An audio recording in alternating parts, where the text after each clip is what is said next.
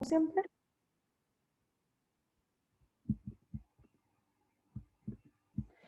Y entonces vamos a poner el video para que no moleste la cámara. Entonces vamos a hablar de la farmacología endocrina, particularmente las hormonas que tienen, o sea, los fármacos que tienen actividad sobre la respuesta hormonal de la glándula tiroides, ¿ya? Y para eso nos vamos a encontrar con dos tipos de sistemas farmacológicos, unos que emulan la función de la glándula, que serían las terapias de reemplazo hormonal, y aquellos medicamentos que inhiben la función, ¿ya? Que son conocidos como fármacos antitiroideos, ¿ya? Porque en el fondo inhiben la función de la glándula. Antes de empezar a hablar de fármacos, tengo que introducir a la fisiología de la glándula tiroides para que ustedes me entiendan de qué les voy a hablar más adelante, ¿ya? Yo imagino que estas clases se las han pasado antes, pero con el nivel de detalle que se requiere para farmacología probablemente no, ¿ya? Primero, comentarles que la glándula tiroides, que es lo que ustedes ven ahí al frente, corresponde a una estructura que posee un sistema, una célula, digamos, que es de tipo glandular, en donde encontramos, la célula es conocida habitualmente como tirocito, ¿ya? Y el tirocito tiene dos caras, una cara que da hacia el extracelular sistémico, ya vasolateral, que es donde están los receptores que captan las señales del medio externo, por ejemplo, de las hormonas que vienen de la eje hipotálamo-hipófisis, ¿ya? Pero el tirocito tiene una segunda cara que da hacia una zona interna, ¿ya? Que se correlaciona con la aparición de un coloide que es propio de este tipo de células. El coloide es una especie de tejido que no es ni gel ni líquido, sino que es un tejido coloidal. ¿Ya? Este tejido coloidal está compuesto por secreciones propias del tirocito. Y esto, si uno lo mirara en un microscopio, uno vería que son una gran cantidad de tirocitos, cada uno de estos, en el fondo está tapando o cubriendo el coloide, y el coloide estaría aquí adentro. Este sería el coloide, ¿ya? Este coloide, como les decía yo, está siendo producido por los tirocitos y tiene como finalidad recibir o ser receptáculo de la creación de las hormonas glandulares de la glándula tiroides, ¿ya? Entonces, en ese contexto, yo creo que ustedes saben que el tirocito produce, o la glándula tiroides produce dos hormonas que son esenciales para mantener la actividad metabólica en el organismo, que son la tetrayodotironina y la triyodotironina. Tetra viene de 4, o sea, T4, y tri viene de 3, así que es T3 y T4, ¿ya? Tetrayodotironina y triyodotironina. Estas son las hormonas que cumplen algún tipo de función a nivel periférico, siendo la T3 la que cumple la mayor función, o sea, la que es 100% activa. Y la T4 tiene muy poquita actividad, pero va a servir para algo que les voy a mencionar un ratito más. Entonces, el tirocito produce aproximadamente unos 70-90 microgramos de T4 y una proporción mucho menor de T3, es decir, que la mayor cantidad de hormona que se produce es T4 en este tirocito. Ay, perdón.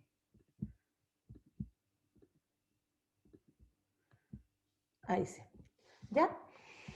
Entonces, ¿qué es lo que tenemos? Nosotros consumimos desde la dieta yoduro, ¿ya? Que mayoritariamente uno lo consume en la sal yodada, que es la que nosotros tenemos mayor cantidad de acceso al yoduro, ¿ya? Pero también la podríamos consumir desde mariscos, pescados, otros componentes, cochayuyo, etc. ¿Ya? El yoduro se mueve por todo el organismo, pero solo tenemos receptores de yoduro dentro del tirocito. Y particularmente la bomba que recibe el yoduro se llama bomba yodo-sodio o yoduro-sodio, ¿ya? ¿Y qué es lo que hace? Es que esta bomba, cuando arrastra el sodio, arrastra al yoduro. El yoduro es una sustancia como elemento extremadamente tóxica, por lo tanto no puede quedar dentro del tirocito. Y eso significa que para evitar que quede dentro del tirocito, nosotros tenemos una proteína dentro del tirocito que se llama pendrina. La pendrina, déjenme seguir admitiendo compañeros, la pendrina tiene como finalidad rescatar a yoduro de dentro de la célula para que no produzca estrés y traspasarlo o lanzarlo hacia el coloide. Y en realidad el coloide existe con esa función, que el yoduro, que puede ser potencialmente tóxico, que puede producir algún tipo de estrés celular, esté alejado de la maquinaria celular como tal, ¿ya? Entonces, nosotros tomamos el yoduro desde la dieta, por ejemplo, a través de una bomba de cotransporte yoduro-sodio, ingresamos el yoduro a la célula. El yoduro se mueve a través de una proteína, la pendrina, desde dentro del tirocito hacia el coloide. En el coloide, el yoduro es tomado por una enzima que se llama tiroperoxidasa, que es bastante importante. La tiroperoxidasa lo que hace es que a las cadenas de tirosina de otra proteína, que se llama tiroglobulina, ¿ya? A cada aminoácido de tirosina le agrega este yoduro que está siendo ingresado al coloide. Entonces, la tiroglobulina empieza a recibir yoduros. Y al recibir los yoduros, empieza a llenar cada uno de estos aminoácidos con yoduros que están cerca, lejos, etcétera, puesto en un punto, en otro punto, da lo mismo, esto es al azar, ¿ya? Y la tiroperoxidasa comienza a llenar entonces la tiroglobulina de yoduro. ¿Qué es lo que ocurre? Que los yoduros pueden ingresar como un yoduro, y eso se llama monoyodotironina, puede ingresar como dos yoduros, dos juntos, pegados, y eso sería diyodotironina. Entonces tenemos T1 y T2. La T1 y la T2 no tienen actividad biológica, y es por eso que se los hace crecer así, para que no haya actividad biológica ni en el coloide ni en el tirocito. Cuando llega una señal desde el hipotálamo, hipófisis, de que debe activarse la actividad, la función metabólica dentro del tirocito, ¿ya? Llega una señal. Esta señal, dentro del tirocito, genera un movimiento de la célula que permite invaginar el coloide. Y al tomar el coloide, vamos a tomar esta tiroglobulina que tenía muchos monos y dis, o sea que tenía muchos T1 y T2, ¿ya? Y en la medida que lo va tomando, va cortando o escindiendo a la tiroglobulina y va haciendo que se unan un mono con un di, ¿cierto? Si mono es 1 y di es 2, entonces, ¿qué es lo que obtenemos? ¿Alguien me puede decir? T3. T3, súper bien. Y si yo uno un di con un di, T4. 4. Súper. ¿Por qué les explico esto? Porque hay alguien, esperen un segundo que estoy mirando el chat. T3 y T4, súper bien estimados. Esa es la idea, eso es lo que quería que me entendieran. ¿Por qué esto es importante? Porque este T3 y T4 solo va a ocurrir, solo va a madurar, por así decirlo, cuando llega la señal desde el eje hipotálamo-hipófisis. Si no, se mantienen como mono y como di, que no tienen actividad biológica. Entonces, cuando se forman estos T3 y T4 y son tomados por un fagolisosoma, o sea, son tomados dentro de la célula, aquí el fagolisosoma lo que hace es que protege a la célula del daño potencial metabólico. Entonces, aquí adentro, literalmente la célula lo que hace es que lo escinde y lo corta en todas las fracciones posibles. Si viene en modo di o en modo monotironina o diyodotironina, lo devuelve al coloide para que siga madurando. Y los modos T3 y T4 los lanza al medio externo. Por una cuestión de azar, es más probable que haya T4 que T3, porque es más probable que se unan dos di, porque cuando hay mucho yoduro, el yoduro tiende a pegarse más, y si se pega más, forma más di, más uniones dobles, ¿ya? Por eso es que además nosotros tenemos más T3 y que T4. Después la T3 y T4 que salió el medio producto del estímulo se va a unir a una globulina o se va a unir a la albúmina o a la prealbúmina y va a viajar por el organismo, ejerciendo su función. Entonces, ¿qué es lo que nosotros vamos a encontrar? Que dentro del coloide tenemos monoyodotironina, diyodotironina, y que la suma de ellos, dependiendo del origen, nos va a dar T3 y T4. Si son dos di, nos va a dar T4, que es lo que ustedes ven acá. Si son un mono y un di, nos va a dar T3. Y eso va a circular por todo el organismo, T3 y T4, que por una cuestión de probabilidades va a haber más T4 que T3. La relación es 80-20, 85-15, aprox, ¿ya? La T4, yo les había explicado al principio, que tiene muy poca actividad biológica, pero la T3 tiene mucha actividad biológica. Entonces, cuando los tejidos requieren aumentar la actividad biológica, lo que hacen es que producen una enzima que se llama desyodasa. Y la desyodasa, literalmente desyoda, es decir, quita un yodo. El T4 tenía 4 yodos, entonces al quitarle uno se convierte en T3, que ahora sí es activo. Pero aquí hay un chiste bien particular. La desyodasa quita yodos al azar, en cualquiera de los 4 puntos posibles. Si queda con esta forma, que viene ustedes ahí, que es la 353, esto tiene actividad biológica. Cualquier otra forma no tiene actividad biológica.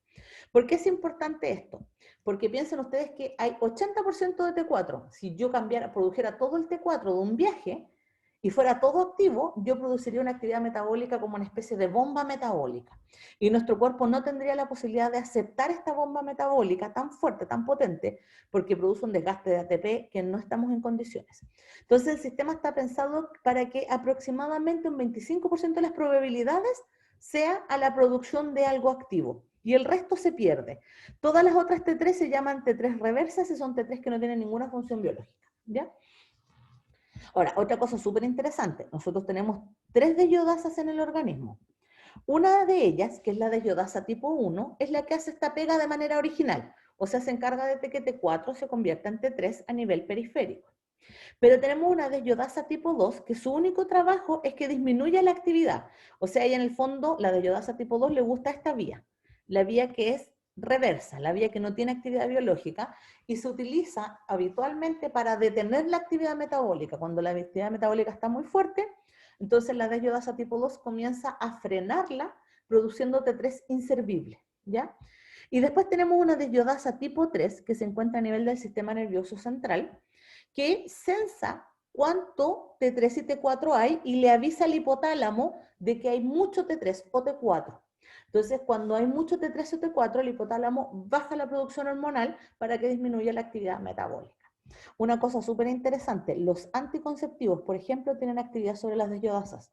Y es por eso que hay gente que tiene cambios metabólicos después de que consume anticonceptivos, ¿ya? Gente que se queja que sube de peso, que tiene cambios hormonales, como que se siente más letárgica, etcétera. Y es por eso, porque disminuye la actividad de las desyodasas y por lo tanto baja la actividad metabólica. También hay que considerar que hay personas que son de metabolismo que la gente llama, comillas, más rápido, y ese metabolismo más rápido se refiere a que tienen una mayor actividad de yodasa tipo 1. Y hay otros metabolizadores más lentos que tienen mayor actividad tipo de yodasa tipo 2, que enlentece el sistema. Pero eso es propio de la herencia de cada persona, ¿ya? Por eso que no todos somos iguales. Entonces, con esos conocimientos en la mano, vamos a hablar de farmacología. Recuerden que si tienen dudas o preguntas, me las pueden hacer, ¿ya? Vamos con farmacología. Hay 2 patologías que están asociadas a la glándula tiroides, el hipotiroidismo y el hipertiroidismo. Más fácil, imposible. Así que solo tenemos que tener 2 tipos de tratamiento diferentes. No nos va a afectar el origen del hipotiroidismo ni el origen del hiper o del hipo, no nos importa el origen por el cual ocurre la patología. A nosotros farmacológicamente nos interesa tratar la enfermedad como tal. Bueno, les comento yo que para tratar el hipotiroidismo es súper fácil, tienen que aprenderse un solo nombre. Y el único nombre que se tienen que aprender es el único fármaco que existe en la actualidad para tratar el hipotiroidismo y que corresponde a la terapia de reemplazo hormonal con el fármaco que ustedes ven ahí al frente, que es levotiroxina. La levotiroxina es el enantiómero L, levo, de la T4, o sea, es un LT4. Eso es lo que es, nada más. Y por eso es una terapia de reemplazo, porque reemplaza la T4. El paciente que tiene hipotiroidismo es un paciente que tiene una disminución de la función del tirocito. Por lo tanto, produce muy poco T3 y T4. Eso significa que yo tengo que reemplazar lo que perdió por hormona exógena, ¿ya? Y la mejor manera de reemplazarlo es por un enantiómero L. Les pregunto yo a ustedes, ¿por qué creen que usamos el enantiómero y no la hormona original? Porque uno podría tener la hormona original, uno podría producirla en el laboratorio. ¿Por qué creen ustedes que es mejor usar un enantiómero, un cambio conformacional? ¿A alguien se le ocurre por qué?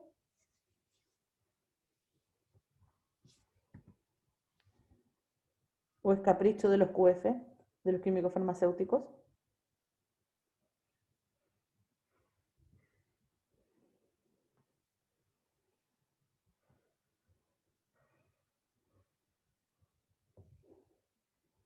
¿A alguien se le podría ocurrir por qué? No importa si se equivocan, chicos, se da lo mismo eso. Lo importante es que lo intenten. Ya, alguien me responde aquí que podría ser para no producir un aumento metabólico excesivo. Ya, mira, la respuesta, Rodrigo, está súper buena, pero no es por el enantiómero N. Esa es mi segunda pregunta, Rodrigo. O sea, dice, en el caso de Rodrigo primero, antes que me responde la Daniela, dice, para no producir un aumento metabólico excesivo. Mi pregunta siguiente, después del L, iba a ser, ¿por qué T4 y no T3? Y Rodrigo ya respondió, porque el T3 produce un aumento metabólico excesivo, muy explosivo, no tolerable. Entonces nosotros no podemos dar T3, tenemos que dar algo más lento, más suave, que el sistema lo tolere mejor. Por eso damos T4. ¿Ya? Así que, Rodrigo, gracias por responder mi próxima pregunta. Y después me escribe acá Daniela, para no activar la retroalimentación negativa. Sí, en parte sí. Si nosotros diéramos T4 directo, esto sería censado arriba en el eje y sería como, ah, pero sobra T4, sobra hormona, cuando no es verdad, no sobra hormona, necesitamos hormona porque por algo el paciente tiene un hipotiroidismo.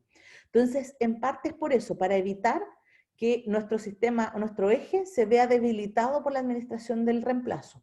Pero además hay algo que ustedes no me comentan y que yo se los comento, y es que, le voy a poner un corazoncito aquí, y es que nosotros necesitamos que llegue intacto al sistémico, necesitamos que llegue intacto al cardiovascular.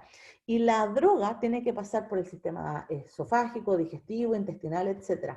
Entonces se puede dañar si es reconocida por el sistema gástrico. Por ejemplo, si las células del sistema gástrico reconocen el T4, como si fuera el original, lo van a usar en ese lugar y no va a servir para llegar más adentro, nunca va a llegar a sistémico o cardiovascular. Ya, entonces yo necesito que al menos una porción importante del medicamento sea absorbida y se mueva por el sistémico para que ejerza su función. Y dentro de su función está el que, ahora sí, se produzca T3 dentro del organismo, o sea, que sea tomada la T4 por las desiodasas y las desiodasas la conviertan en T3 para que ejerza su función, pero que la función se ejerza según la necesidad del paciente. Entonces yo no le doy T3, sino que le doy T4. Y la T4 se la doy por estos dos motivos. Uno, se la doy en modo levo, porque no quiero que se me desgaste antes de que llegue al sistémico, quiero que llegue en buenas condiciones. Y dos, no quiero que me altere mi eje. ¿Ya? Son las dos cosas más importantes. Gracias. Ahora, ¿cuánto debo dar? La verdad es que la levotiroxina, si uno busca en internet o uno conoce a alguien que tome levotiroxina, existen diferentes dosis. Existen dosis desde 25 miligramos hasta 200 miligramos, ¿ya? Y va de 25 en 25, significa 25, 50, 75, 100, 125, 150, etcétera, ¿ya? Pero, ¿por qué existen tantas dosis? Si generalmente cuando uno mira un medicamento dice, oye, pero con una dosis basta. Pasa porque como estamos haciendo un reemplazo, tenemos que asegurarnos que el reemplazo sea óptimo para ese paciente, con las condiciones propias de lo que queda de función tiroidea, pero además considerando su función metabólica y sus desyodasas. Lo que se recomienda es que uno llegue aproximadamente a 1,6, 1,7 microgramos por kilogramo día, después de que se absorbe. Y la única manera de saber si llegó a eso o no es haciendo exámenes de T3 y T4 con el tiempo, ¿ya? Y de hecho se determina T3 y T4 libre, es decir, cuánto hay biodisponible.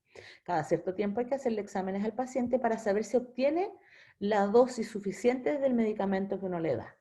Si el paciente obtiene menos dosis, lo que vamos a tener es que va a estar aumentada la TSH,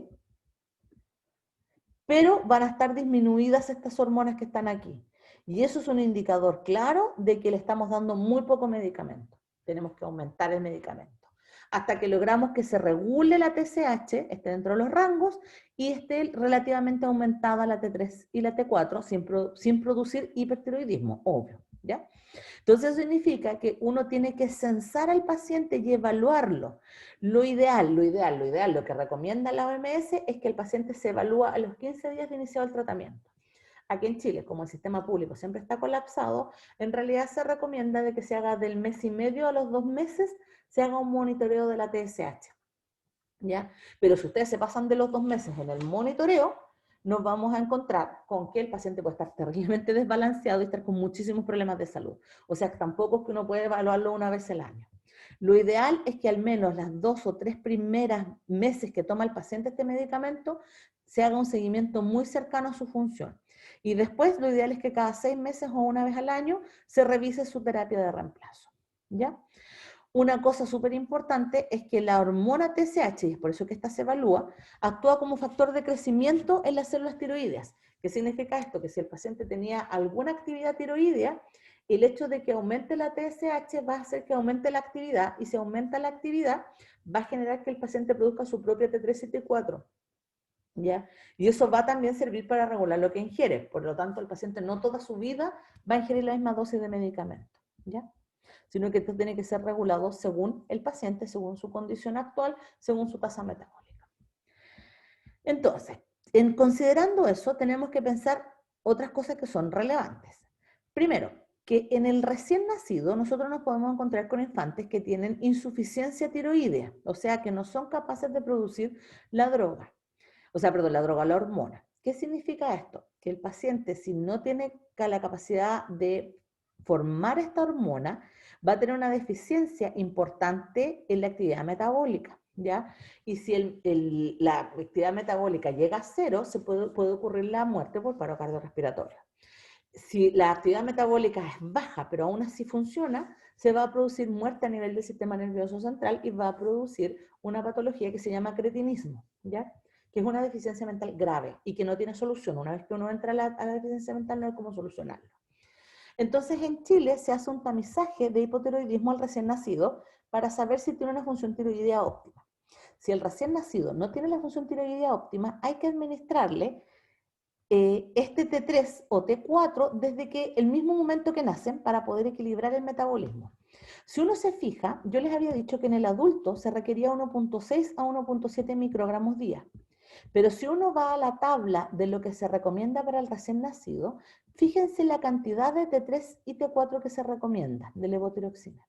10 a 15 microgramos kilogramo día. ¿Alguien sabe por qué se requiere una dosis tan alta de medicamento? Profe, Digamos. ¿puede ser por el tema de que los recién nacidos no regulan bien lo del tema de la termorregulación y eso?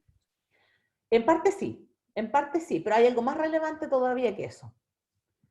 Que la termorregulación es súper importante, obvio, pero hay algo más importante. Ya, acá Rodrigo me responde y sí, tiene razón, es por el desarrollo.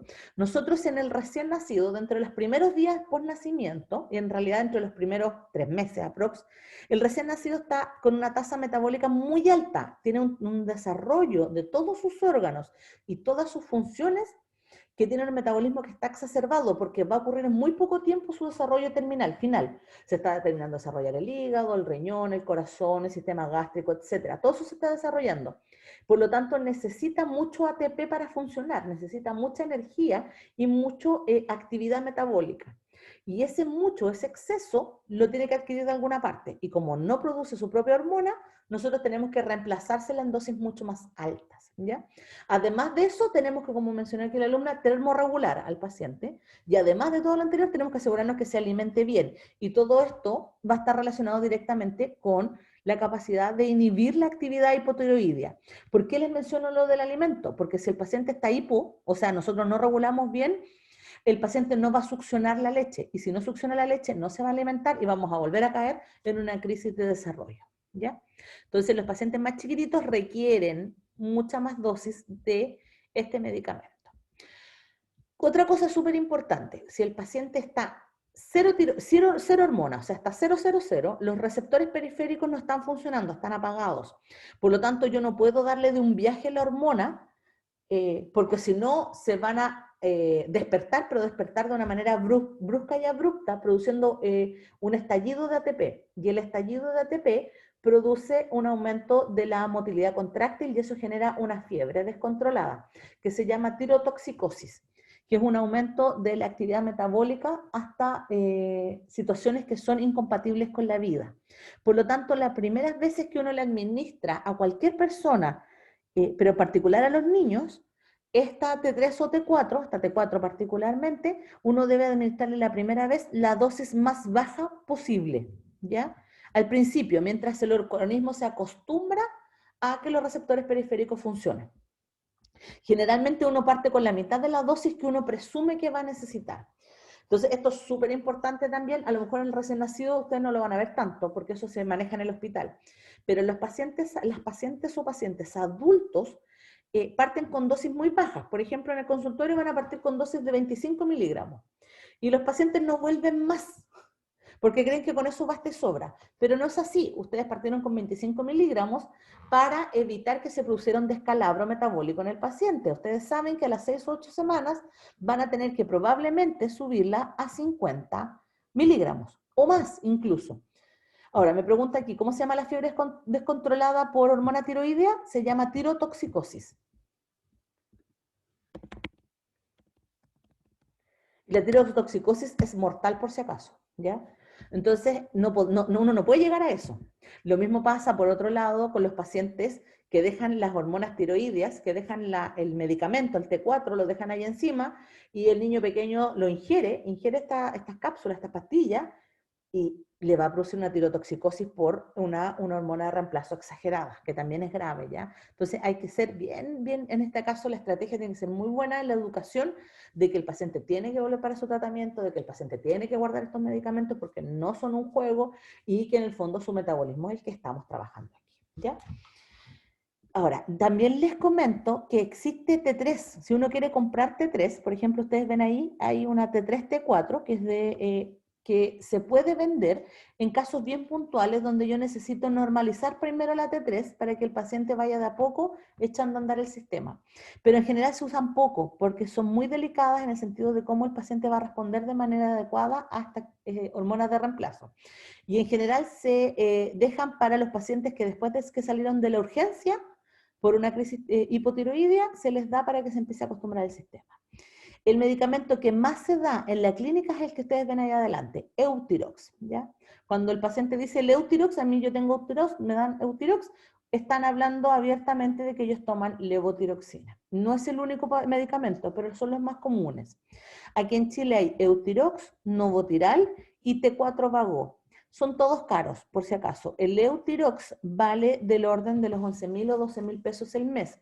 Piensen ustedes que estos pacientes son pacientes crónicos, toda su vida van a tener que tomar Eutirox. Por lo tanto, es un medicamento que al final 12.000 pesos es caro, si uno piensa en la cantidad de medicamentos que tienen que tomar. ¿Y por qué les menciono esto? Porque muchas veces pasa que en los consultorios hay Eutirox solo de 100. Y es una pastilla que es muy blandita, entonces uno le dice, pero pártala, pues usted partió con 25 miligramos, pártala en 4. Olvídense, el paciente no va a poder partirla en 4 una pastilla de 100, porque se les va a hacer puré, se les va a hacer polvo. Entonces hay que tratar de siempre monitorizar, que en las farmacias de los consultorios haya otras opciones, como de 50, de 100 y de 150, para que sea más fácil para el paciente adquirir el tratamiento que necesita, ¿ya? Otra cosa que es súper importante es que hay pacientes que son más sensibles que otros, así como el recién nacido era muy sensible a la necesidad del Eutirox, los pacientes con enfermedades coronarias o los que venían con hipofunción absoluta, como el recién nacido, uno tiene que comenzar muy bajito, con lo mínimo que se pueda dar para tratar de no dañar, por ejemplo, en el caso de la enfermedad coronaria, no dañar la función cardíaca producto de un potencial estallido del ATP, ¿ya? Entonces, por eso hay que tener mucho cuidado, siempre partir bajo y siempre hacer vigilancia. Para que ustedes se hagan una idea de las dosis, generalmente los pacientes con bocio se parte con 25 miligramos, pero dependiendo del bocio, el paciente puede llegar hasta 200, ¿ya? En las terapias de reemplazo por diversas patologías se tiende a partir con 25, la mayoría de los pacientes anda bien con 50, y los pacientes que son más refractarios llegan también a 200.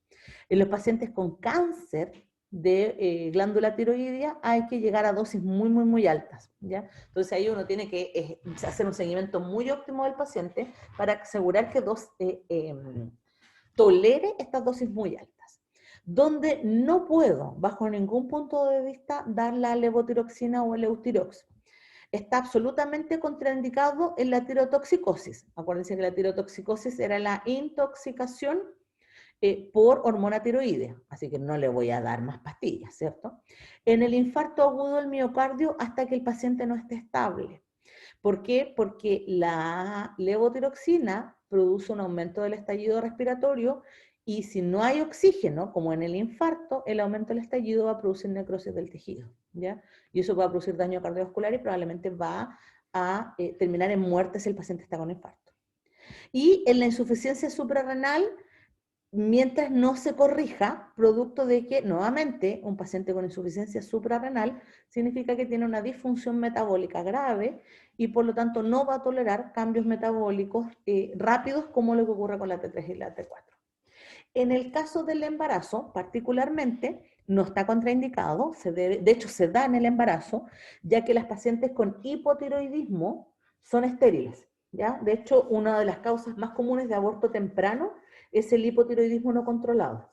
Entonces, normalmente para controlar ese grado de esterilidad y ese hipotiroidismo temprano, es que a las pacientes se les da T3 o T4. Levotiroxina en realidad se les da pura T4 a las pacientes que quieren quedar embarazadas. Lo único importante es recordar que no se le puede hacer un cambio brusco en el tratamiento a la paciente, ni se puede suspender el medicamento, ya que la suspensión del medicamento va a causar aborto por déficit metabólico. No es que el medicamento cause aborto, es que al tener el déficit metabólico va a ser incompatible con la vida fetal. ¿Ya? Y si hay un cambio brusco, ese cambio brusco de medicación puede generar desbalance en la glándula tiroidea del feto.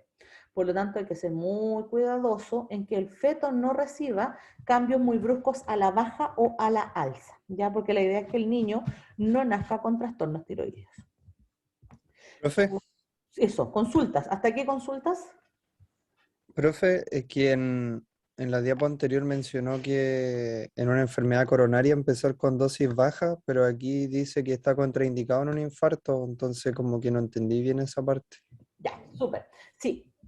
Es lo siguiente, en las enfermedades coronarias, cuando me refiero a coronarias, me refiero a todas las enfermedades coronarias potenciales, desde la hipertensión, desde las arritmias, desde la angina, la insuficiencia, etcétera, todas, ¿ya?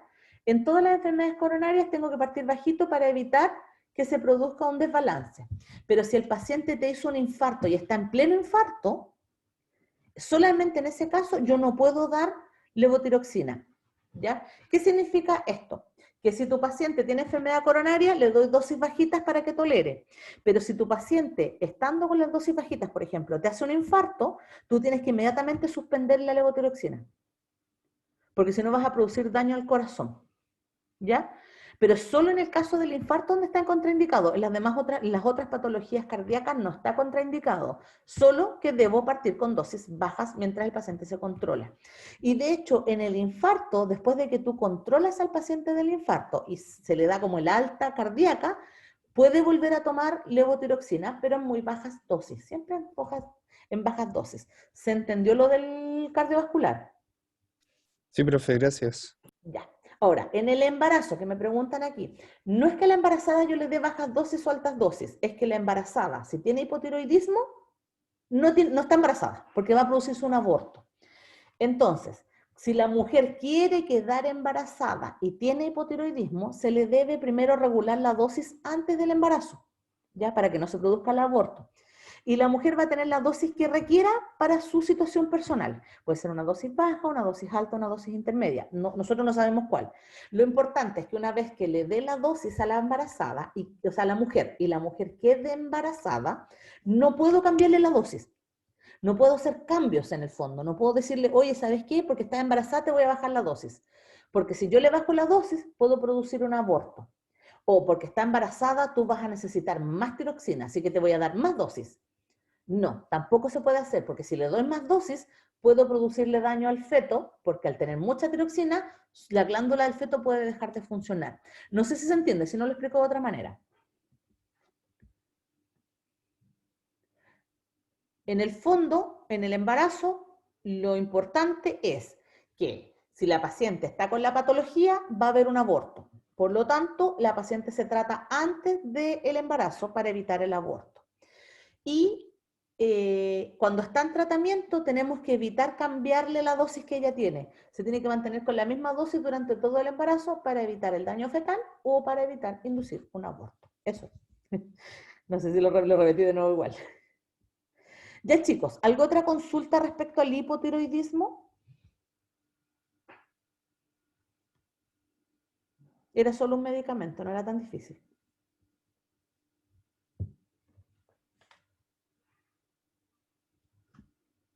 ¿Ninguna consulta?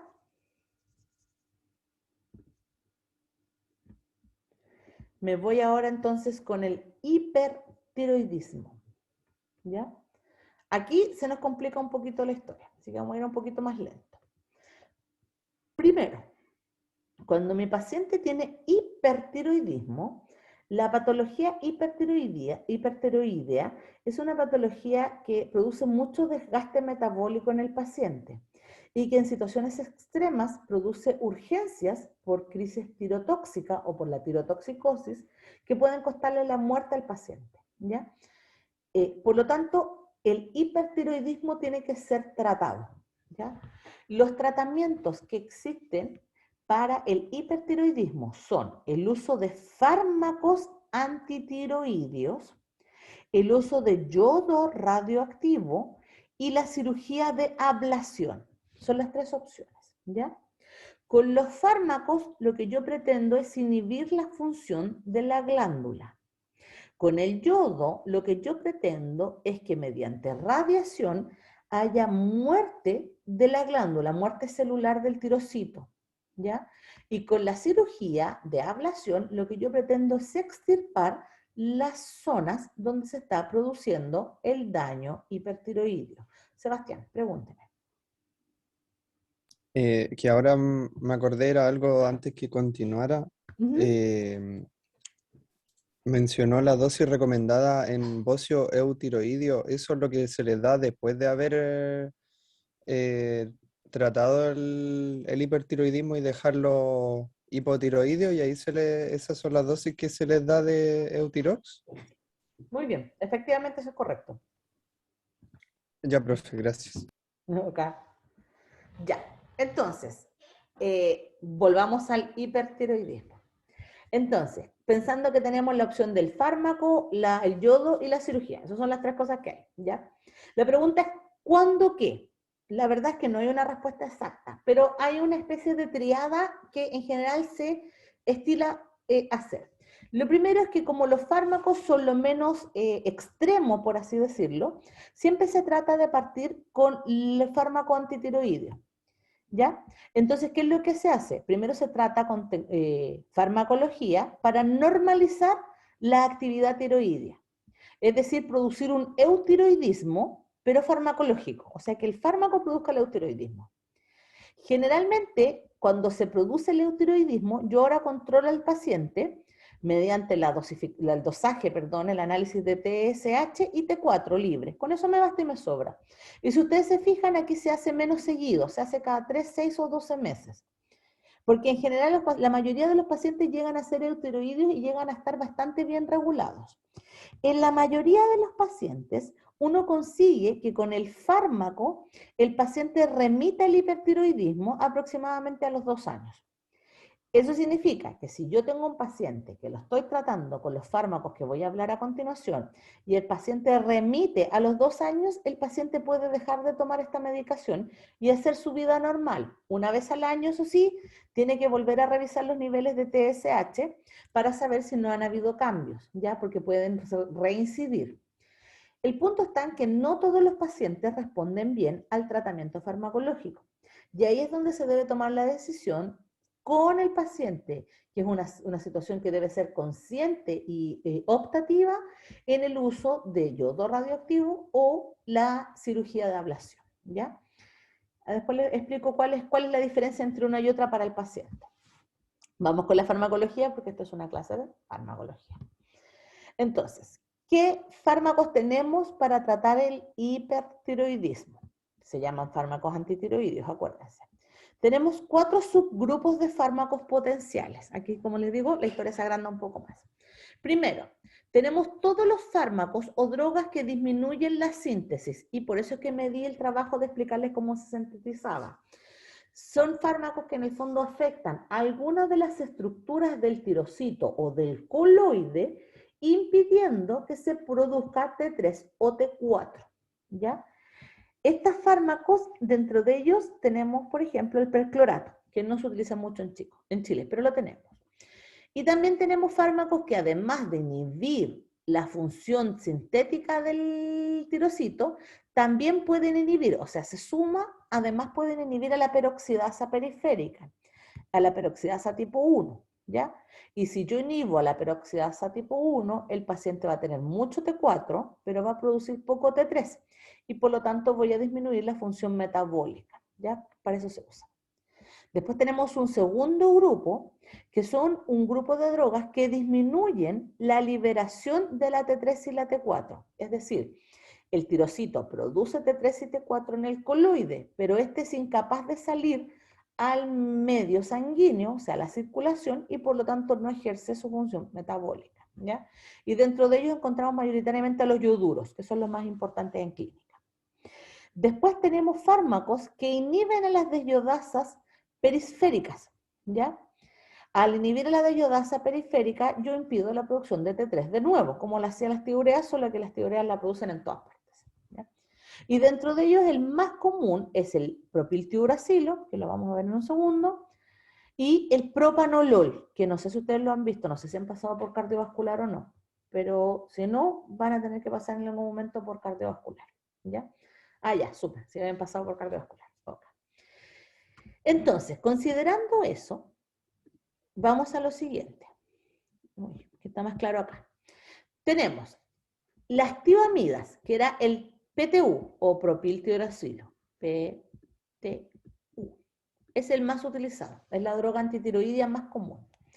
La propiltiuracilo lo que hace es que inhibe a la peroxidasa. ¿Se acuerdan qué hacía la peroxidasa?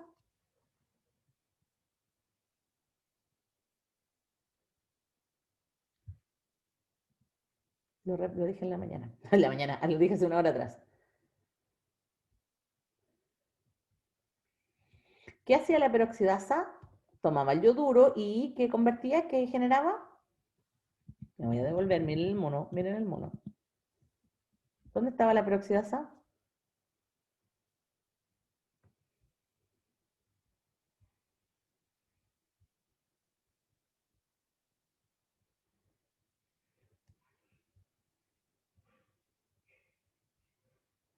¿Qué hacía la peroxidasa, chicos? Tomaba el yoduro, como bien dice ahí Sebastián, lo oxidaba, pero ¿dónde lo dejaba? ¿En el coloide? Lo dejaba en el coloide, pero no en cualquier lugar, sino que lo unía a los aminoácidos de tirosina para formar las diferentes hormonas que se producen en el coloide. Por lo tanto, si yo inhibo a la tiroperoxidasa, el yoduro no va a poder entrar a la tiroglobulina y no va a poder producirse las diferentes hormonas dentro del coloide, ¿ya? Entonces, ¿qué es lo que hace el propiltiuracilo? Inhibe a la peroxidasa, impidiendo que el yoduro pueda ingresar de manera adecuada al coloide y por lo tanto no se formen las hormonas, ¿ya? Además, el PTU inhibe a la deshidrataza periférica y eso impide que el T3 pase a T4. O sea, en otras palabras, el propiltiuracilo impide la formación de T3 y T4, pero además impide la conversión de T4 a T3. Por lo tanto, bloquea todo el sistema de producción de la triiodotironina o hormona T3. ¿Ya? Es muy bueno como medicamento, por si acaso, pero como todo medicamento que tiene actividad sobre el metabolismo, tiene efectos secundarios que son bastante molestos. Dentro de ellos, los más comunes, y no son todos, erupciones de la piel, ¿ya? Respuestas de prurito, choque estaminoide, urticaria, trastornos gastrointestinales como náuseas y vómitos, ictericia por potencial daño hepático,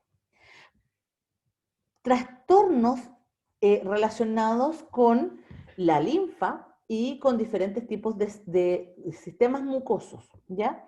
Además, y lo más importante, es que inhibe a la mielopoiesis, inhibe o produce, produce agranulocitosis, produce granulocitopenia, trombocitopenia, etc.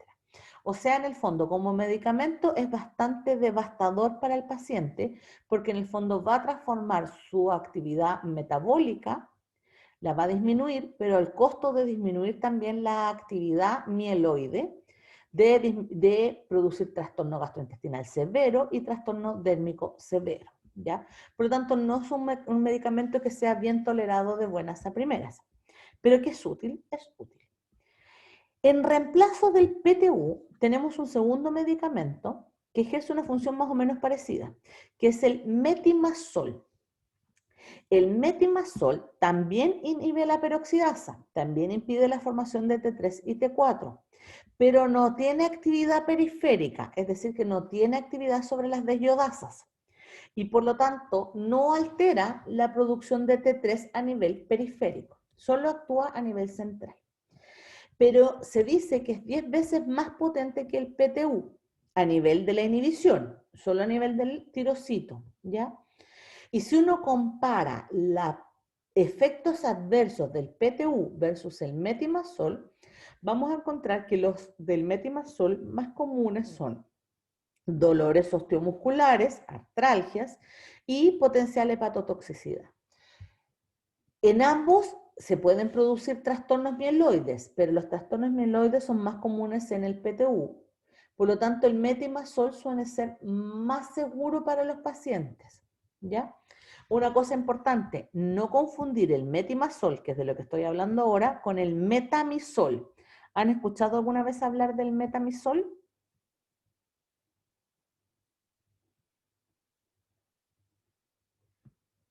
Sí, gracias Sebastián. ¿En qué? Alguien me dice ahí, José, en la dipirona. Efectivamente, el nombre farmacológico de la dipirona es metamizol, que es un inhibidor de la ciclooxigenasa, que es un medicamento para el dolor, ¿ya? En cambio, el metimazol es una tiourea y es un medicamento para el hipertiroidismo, ¿ya? Para que no se vayan a confundir. Entonces, si yo ahora les pongo un caso extremo, tengo una embarazada que me hace una crisis tiroidea, que hace un hipertiroidismo. Está embarazada, ojo. Y acuérdense que la crisis es potencialmente mortal. De los dos medicamentos que yo les acabo de explicar, siendo ambos perjudiciales para el feto, ¿cuál podrían elegir ustedes? ¿O qué harían ustedes si pudieran elegir?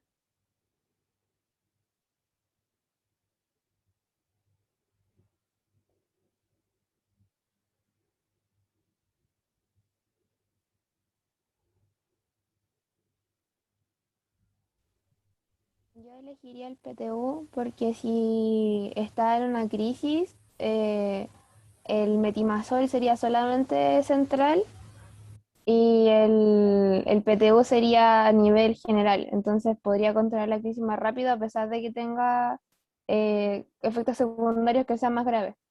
Ya, súper. ¿Alguien opina otra cosa? ¿Alguien se decanta por el metimazol?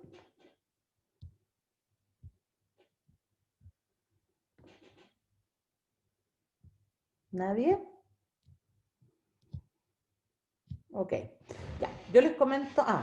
Me dice Sebastián acá. Ya, opina lo mismo que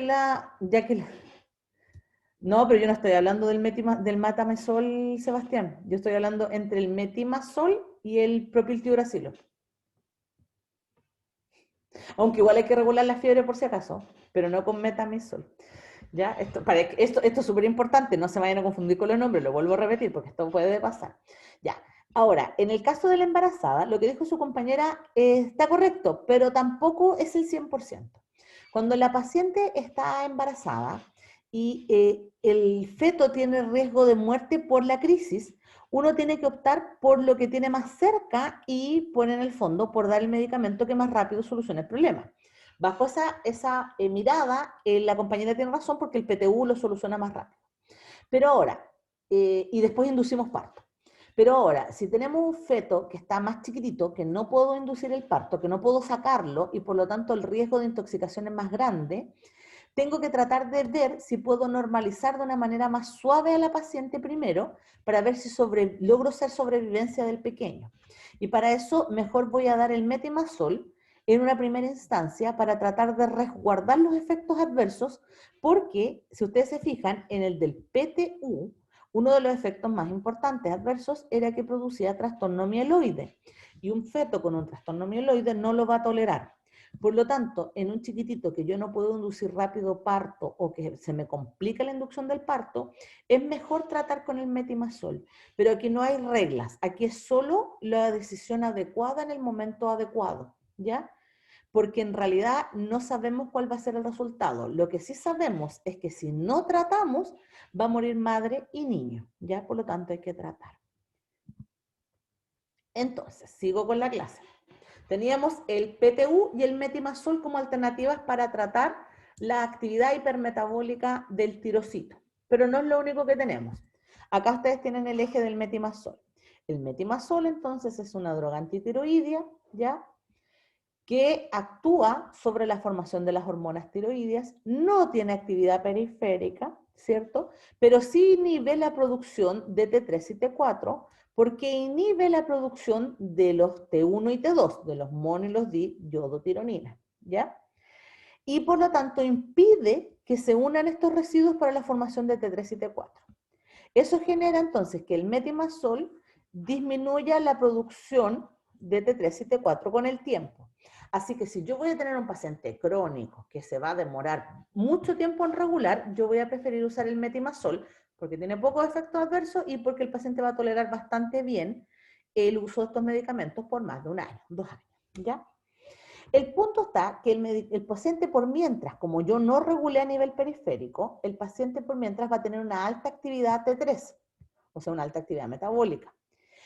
¿Cómo soluciono eso? Para eso entonces yo le doy propanolol. El propanolol tiene 2 cosas que son muy interesantes acá.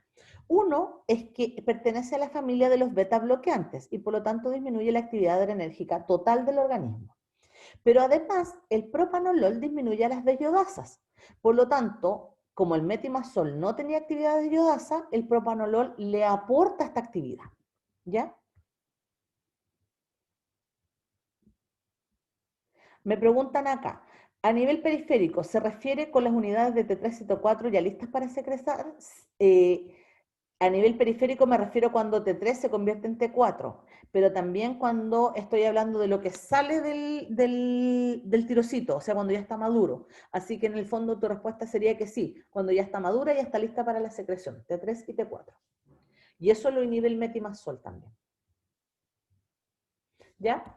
Entonces, como el metimazol es el más seguro, pero no inhibe las desiodasas, aplicamos propanolol, porque el propanolol sí inhibe las desiodasas, pero más importante que eso es que el propanolol es un beta bloqueante y por lo tanto va a disminuir la actividad hipermetabólica mediada por la adrenalina. ¿Qué significa eso? Que como antagonista beta adrenérgico va a competir con toda la activación metabólica que ustedes tengan mediada por la adrenalina, ¿ya? Y eso va a significar que bloquee la actividad simpática. Se dan dosis altas, por cierto. ¿Qué significa que uno bloquee la actividad simpática? Que bloquee la frecuencia cardíaca, que bloquee el gasto cardíaco y por lo tanto impida la formación de arritmias en mi paciente hipertiroideo. Pero además voy a bloquear otras funciones adrenérgicas que a lo mejor clínicamente no son tan relevantes, pero que permiten al paciente tener una vida más óptima. Por ejemplo, va a disminuir la sudoración, va a disminuir el temblor, va a disminuir las crisis miccionales y las crisis diarreicas, ¿ya?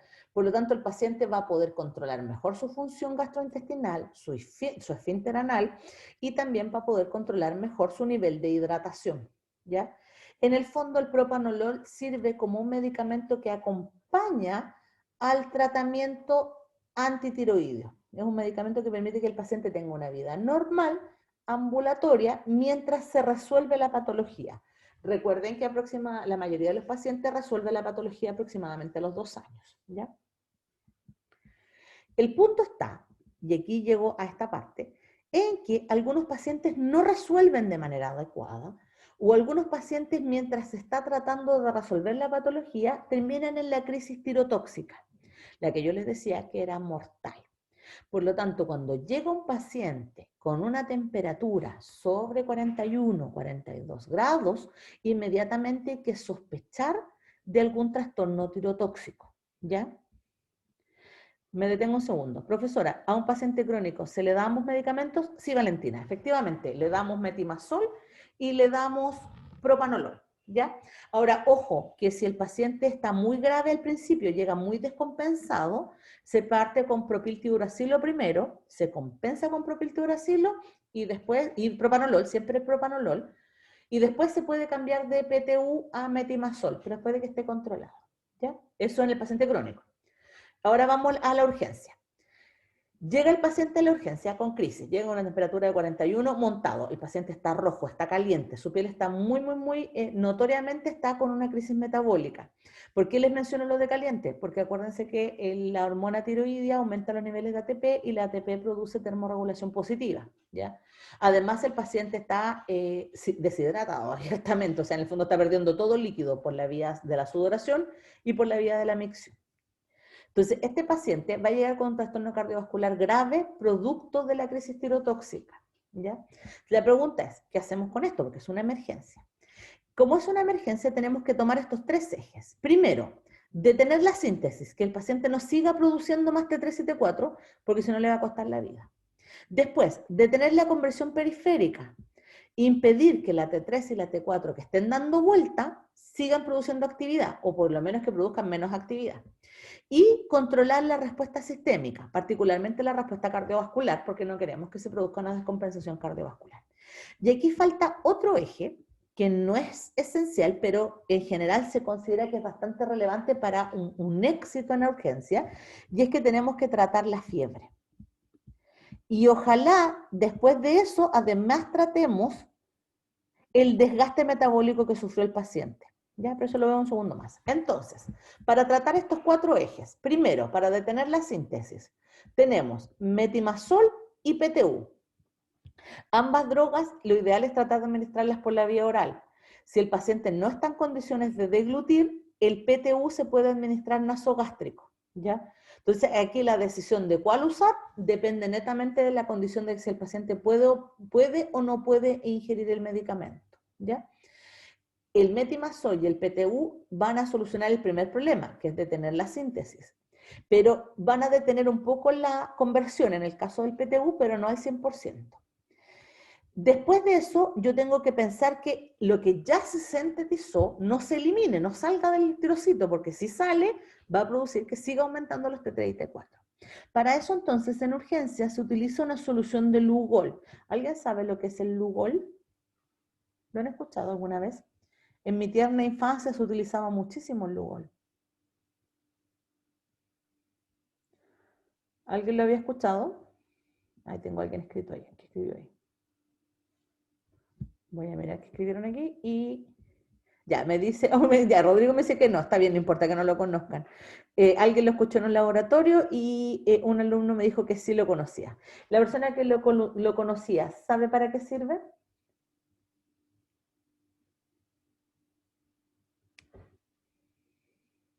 Ya, dice que lo usaban en el laboratorio, pero algo más, además de usarlo en el laboratorio.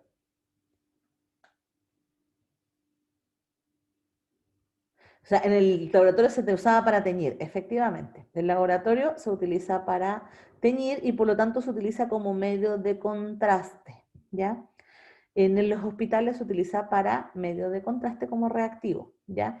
Pero también el Lugol corresponde a una solución de yoduro, de hecho de yoduro de potasio, y también se utiliza para esterilizar, ¿ya? Zonas, o sea, significa que se utiliza para teñir componentes o tejidos celulares, y también se utiliza para esterilizar componentes o tejidos celulares.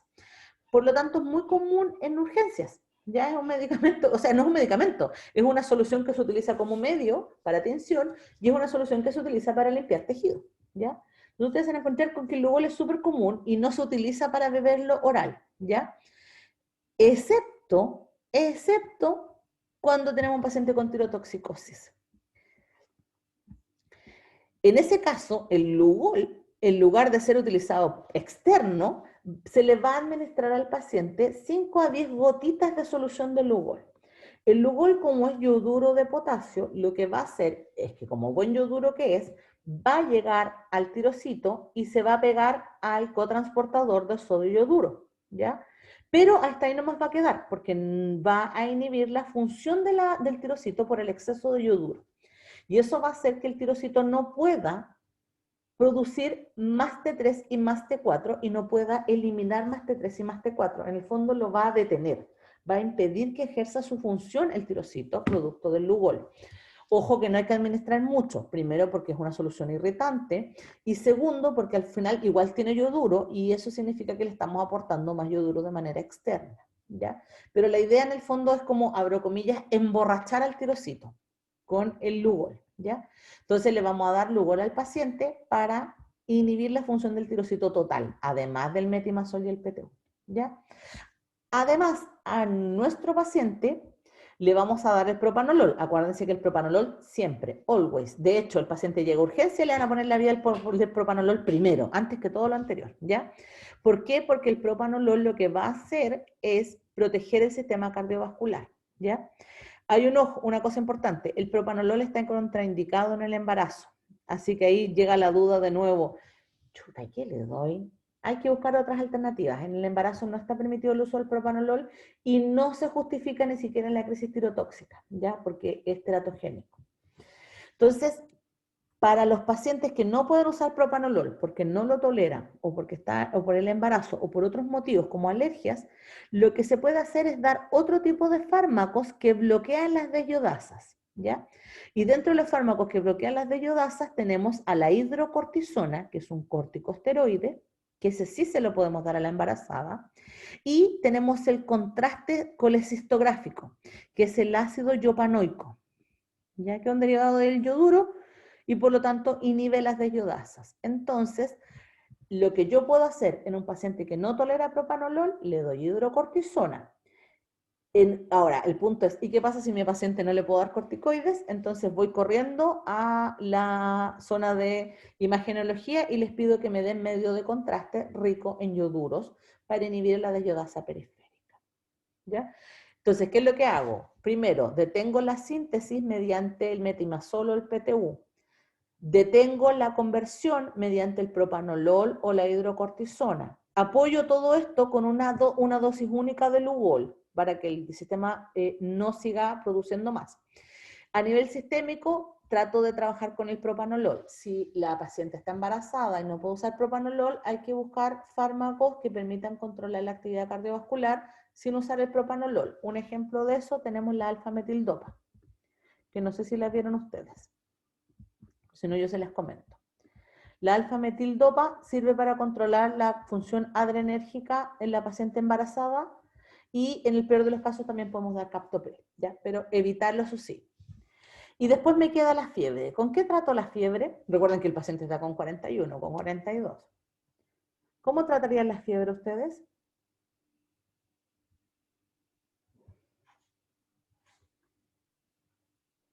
Y alguien me dice que puede ser dipirona. No, no puede ser dipirona. Más que nada, no es porque no se puede usar dipirona, más que nada porque tú no puedes tener en una urgencia dos medicamentos con nombres muy parecidos, porque puedes inducir error. Hay otros medicamentos que son más útiles para bajar la fiebre. ¿Cuál es el medicamento más útil para bajar la fiebre?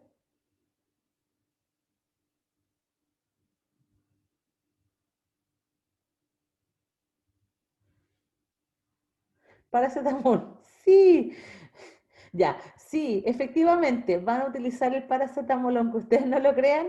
El paracetamol, como no va a interferir con los otros medicamentos, ustedes van a confiar y van a pedirle al Dios de la medicina que el paracetamol haga el efecto que ustedes desean en bajar la fiebre, ¿ya? De hecho, normalmente aquí el paracetamol se puede dar rectal para asegurarnos de que va a haber una buena concentración del paciente para disminuir la crisis febril, ¿ya? Y se va a mantener el paracetamol en dosis continuas para evitar que vuelva a subir la fiebre dentro del paciente, o sea, en el paciente, perdón. Y después de que logramos compensarlo, después de que hicieron todo esto, nos vamos a demorar un montón en compensarlo. Cuando lo logremos compensar, vamos a sacar el paracetamol porque no vamos a tener problemas con la fiebre, vamos a dejar el propanolol porque tenemos que seguir compensando la actividad cardiovascular y vamos a tratar de que el paciente se quede solo con el metimazol más el propanolol, solo esos dos medicamentos, ¿ya? Y lo ideal es que después de la crisis, como hubo un desgaste metabólico, al paciente se le dé vitaminas particularmente de la familia B, B2, B4, B12, ¿ya?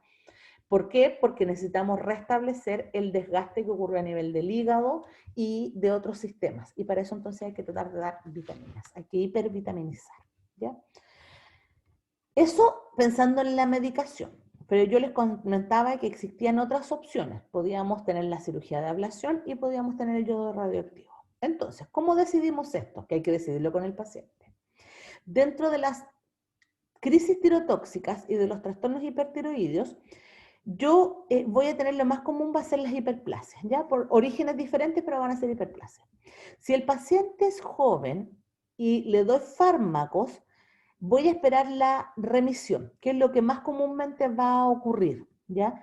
Si el paciente dentro de los 12 meses a los 2 años no hay una remisión notoria y además el paciente llega a urgencias, o sea, no solamente no remite, sino que además llega a urgencias, entonces tengo que ver la posibilidad de hacer una cirugía, ¿ya? Siempre y cuando haya un agrandamiento del bocio, o sea, de la estructura glandular, ¿ya?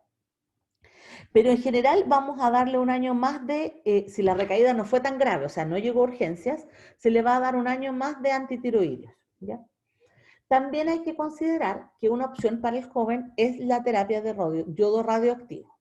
Por otro lado, si el paciente es un anciano, la primera alternativa que le voy a dar yo es el yodo radioactivo directo. ¿Por qué yo hago esta diferencia? Primero, porque el anciano no va a tolerar estas crisis de urgencia y por lo tanto pudiese que en cada recaída haya riesgo de muerte o haya riesgo de daño cardiovascular. Y eso significa entonces que no me puedo arriesgar a tratar al paciente y ver si remite solo o no. Y segundo, el gran punto, el gran problema de la radiación como medicación es que produce teratogenia. En el anciano no va a tener guagua, no puede, ni anciano mujer ni hombre, ¿ya? Y por lo tanto el riesgo de teratogenia es casi cero. Entonces significa que el beneficio del yodo radioactivo es muy bueno para el anciano. Beneficio que no necesariamente yo voy a encontrar en el joven, que probablemente sí quiere tener hijos, o en el caso de la mujer, que puede quedar embarazada mientras hay tratamiento. Por eso es que en el caso de los jóvenes, el yodo radioactivo no es la primera opción, aunque sí puede ser en el caso de los varones, ¿ya? Los niños pequeños, menores de 8 años, cero posibilidades de hacer yodo radioactivo porque todavía hay desarrollo germinal. En las embarazadas no se puede administrar yodo radioactivo por el feto y en las mujeres que son fértiles, en edad fértil y que no tienen un cuidado extremo, tampoco se puede administrar yodo radioactivo, ¿ya? ¿Cuál es la gracia del yodo radioactivo? Si bien no cabe en la farmacología, es para que lo conozcan. Primero, que es de bajo costo y altamente eficaz, que provoca una ablación tiroidea correcta, óptima, y que en general los conteos que se utilizan, porque esto es el conteo radioactivo, genera que el 97% de los casos remita dentro de los 3 primeros meses, o sea, óptimo, ¿ya? Un pequeño porcentaje de pacientes requiere una segunda dosis de radioyodo y un porcentaje mucho menor necesita 3 dosis. La mayoría de los pacientes que se someten a yodo radioactivo terminan con los años con un hipotiroidismo y por lo tanto hay que dar terapia de reemplazo. En general, antes de utilizar el radioyodo, lo ideal es haber tratado al paciente un tiempo antes con el propiltiuracilo y el propanolol para que disminuya el volumen de la glándula, de manera de que así yo tenga que dar menos yodo radioactivo y por lo tanto haya menos probabilidad de producir daño por radiación.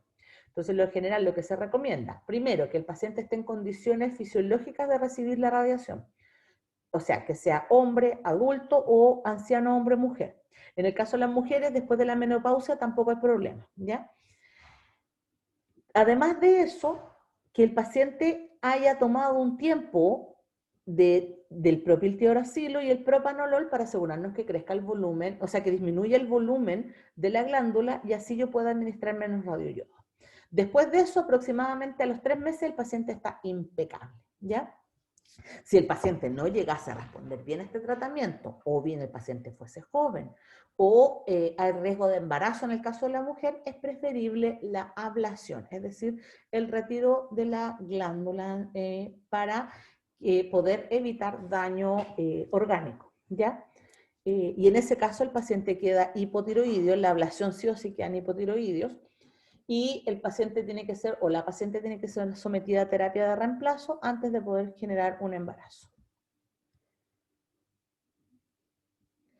Me preguntan acá, Sebastián, la unidad del yodo, eso que ustedes ven ahí, que los microconteos, es que en realidad lo que ocurre es que el yodo, como es radioactivo, no sé si ustedes han visto estas típicas películas de radiación donde ponen un contador de Geiger, donde suena como zzz, zzz, zzz, zzz. No sé si lo han visto alguna vez.